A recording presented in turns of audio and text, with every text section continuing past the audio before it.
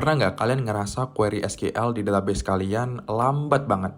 Mungkin kalian butuh indexing. Yuk kita bahas. Indexing itu sebenarnya seperti kita menambahkan daftar isi pada tabel di database kita.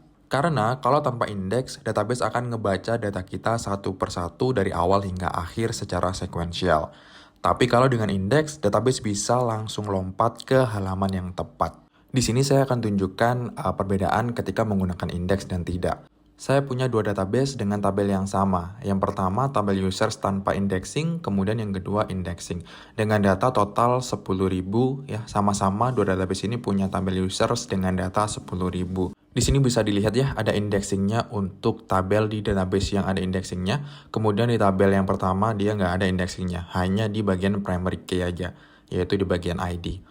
Untuk menambahkan indexing baru pada kolom sebenarnya gampang banget di PHP MyMimin ini. Kalian tinggal checklist aja, terus klik bagian index di sini.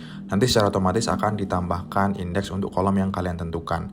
Atau kalian juga bisa jalankan perintah SQL untuk create index secara manual. Kita akan coba tes dengan menjalankan perintah query sederhana, yaitu select dengan kondisi where. Kolom yang diberikan indexing adalah kolom-kolom yang sering dicari, foreign key, atau kolom yang sering digunakan untuk join. Nah, di sini kita akan coba select sederhana aja. Kita akan mencari data dengan email tertentu. Di sini kita copy aja emailnya. Jangan lupa tambahkan SQL no catch supaya database tidak melakukan caching, sehingga kita tahu berapa sih cost asli dari query yang dijalankan.